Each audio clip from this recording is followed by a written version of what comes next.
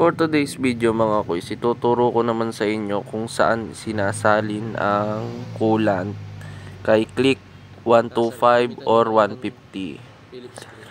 Kasi dito yung ating reservoir, yan, dyan sa ilalim ng tapaludo. Yan. Makikita nyo dyan, meron dyan Phillips screw. Gamit lang kayo ng Phillips na screwdriver. Yan. Tanggalin nyo lang yung isang tornilyong yan. Pag natanggal nyo na yan, angatin nyo lang yan. Yan. Pag nasa lower na yung mga coils, yung coolant natin, magbabanto na tayo.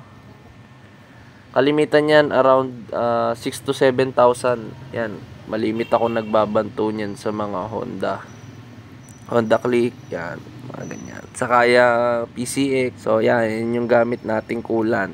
Yan. Sa Honda mismo galing. Yan, butasan nyo lang ng dalawa yung ibabaw para hindi bumulwak.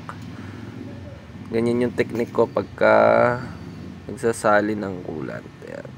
Dalawang butas lang. Sukin nyo lang siya. Ganyan, salinan nyo na siya dyan. Mas maganda mga kuys, pupunasan nyo muna yung mga palibot para hindi malaglagan yung reservoir natin.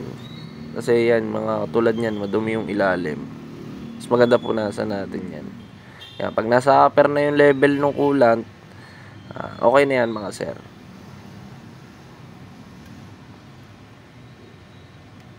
Yan, takpan nyo lang yung ating reservoir. Yan. Mabilis naman yung takpan, goma lang yan. Parang rubber cup lang. Diyan ang posisyon niya, nakaganyan. Tapos yan, makikita nyo, meron siyang parang suksukan na yan. Yan yung pinakalock niya, parang hook niya.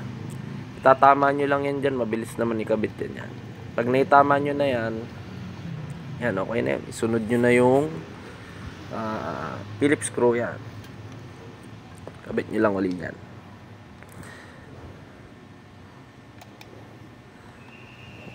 Paki-like naman ng aking video mga kuys kung nagustuhan nyo ito. Then paki-share na rin mga kuys. Salamat ng marami.